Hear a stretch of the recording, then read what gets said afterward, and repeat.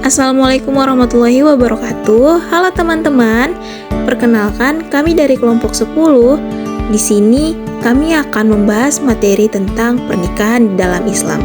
Ditonton videonya ya. Nah, sebelum masuk ke video penjelasannya, adapun anggota kelompok 10 yaitu Ernazra Fitri Namira, Rizky Dwi Aprilia Harahap, dan yang terakhir Masna Hamidah Aulia Hasibuan.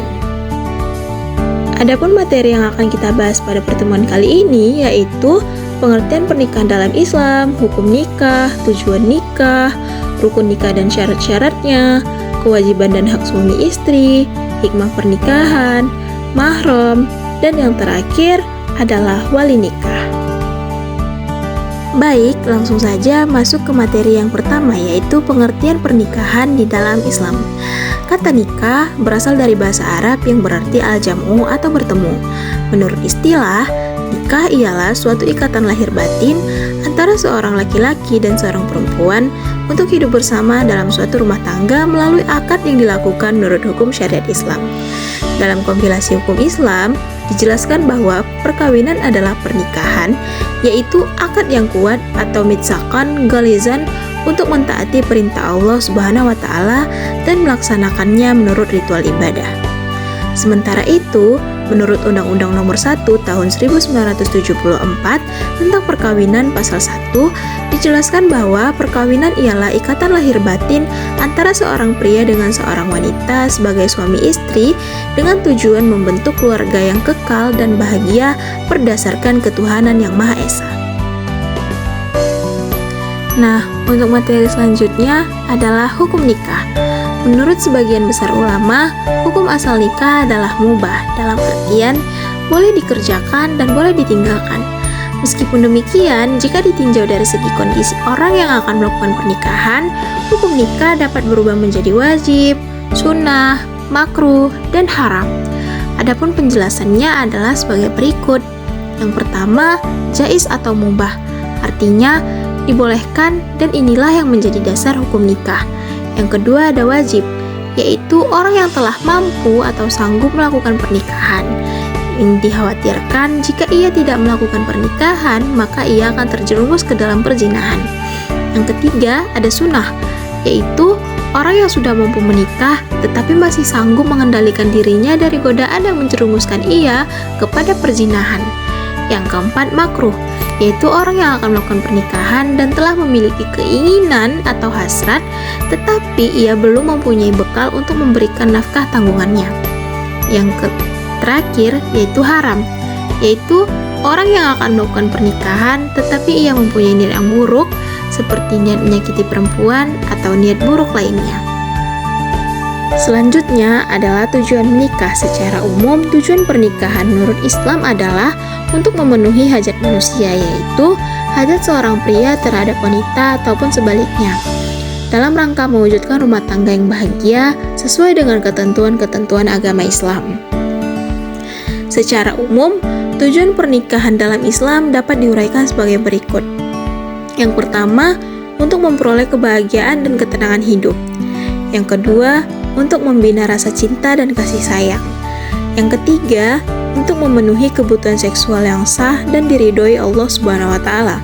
Yang keempat, untuk melaksanakan perintah Allah Subhanahu wa Ta'ala.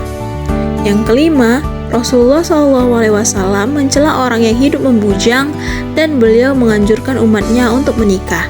Dan yang terakhir, untuk memperoleh keturunan yang sah dari Allah Subhanahu wa Ta'ala. Selanjutnya adalah rukun nikah dan syarat-syaratnya. Adapun rukun nikah terdiri dari calon suami, calon istri, adanya wali, adanya 2 orang saksi, dan yang terakhir adanya ijab dan qabul.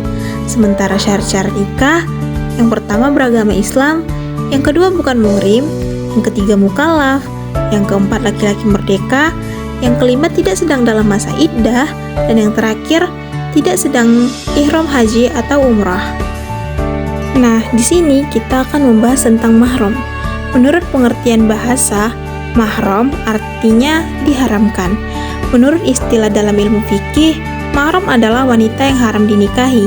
Penyebab wanita yang haram dinikahi ada 3 macam, yaitu wanita yang haram dinikahi karena keturunan, wanita yang haram dinikahi karena hubungan sesusuan, dan yang terakhir, wanita yang haram dinikahi karena perkawinan. Selanjutnya adalah wali nikah. Wali nikah dalam satu pernikahan dibagi menjadi dua. Yang pertama wali nasab, yaitu wali yang mempunyai pertalian darah dengan mempelai wanita yang akan dinikahkan. Adapun susunan urutan wali nasab adalah yang pertama ayah kandung, yang kedua kakek, yang ketiga saudara laki-laki sekandung, yang keempat saudara laki-laki seayah, dan yang kelima anak laki-laki dari saudara laki-laki sekandung. Sementara wali hakim adalah seorang kepala negara yang beragama Islam. Di Indonesia, wewenang presiden sebagai wali hakim dilimpahkan kepada pembantunya, yaitu Menteri Agama. Kemudian, Menteri Agama mengangkat pembantunya untuk bertindak sebagai wali hakim, yaitu Kepala Kantor Urusan Agama Islam yang berada di setiap kecamatan. Nah, materi selanjutnya yaitu kewajiban dan hak suami istri. Kewajiban suami yang terpenting yang pertama memberi nafkah, pakaian, dan tempat tinggal kepada istri dan anak-anaknya sesuai dengan kemampuan yang diusahakan. Yang kedua, menggauli istri secara makruf, yaitu dengan cara yang layak dan patut. Misalnya dengan kasih sayang, menghargai, memperhatikan, dan lain sebagainya. Yang ketiga, memimpin keluarga dengan cara membimbing, memelihara semua anggota keluarga dengan penuh tanggung jawab. Yang keempat, membantu istri dalam tugas sehari-hari, terutama dalam mengasuh dan mendidik anak-anaknya agar menjadi anak yang soleh dan soleha. Sementara kewajiban istri yang terpenting adalah patuh dan taat pada suami dalam batas yang sesuai dengan ajaran Islam. Perintah suami yang bertentangan dengan ajaran Islam tidak wajib ditaati oleh seorang istri. Yang kedua, memelihara dan menjaga kehormatan diri dan keluarga, serta harta benda suami. Dan yang terakhir, mengatur rumah tangga dengan baik sesuai dengan fungsi ibu sebagai kepala rumah tangga. Yang selanjutnya adalah kewajiban dan hak suami istri. Hak suami atas istri adalah ditaati dalam seluruh perkara kecuali maksiat. Yang kedua, dimintai izin oleh istri yang hendak keluar rumah. Dan yang ketiga, istri tidak boleh puasa sunnah kecuali dengan izin suaminya. Nah, sementara hak istri atas suami yaitu mendapat mahar dari suaminya, mendapat perlakuan yang patut dari suaminya, mendapatkan nafkah, pakaian, dan tempat tinggal dari suaminya, mendapatkan perlakuan adil jika suami memiliki lebih dari satu istri. Nah, adapun hikmah dari kita melakukan pernikahan yaitu yang pertama, pernikahan merupakan jalan keluar yang paling baik untuk memenuhi kebutuhan seksual. Yang kedua, pernikahan merupakan jalan terbaik untuk memuliakan anak, memperbanyak keturunan, melestarikan hidup manusia, serta memelihara nasab. Yang ketiga, pernikahan menumbuhkan naluri kebapaan dan keibuan yang menumbuhkan pula perasaan cinta dan kasih sayang. Yang keempat, pernikahan menimbulkan sikap rajin dan sungguh-sungguh dalam bekerja, karena adanya rasa tanggung jawab terhadap keluarganya.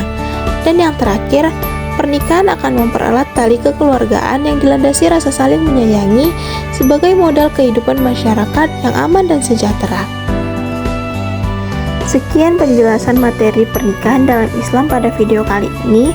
Semoga memberikan manfaat bagi kita semuanya ya. Terima kasih. Assalamualaikum warahmatullahi wabarakatuh.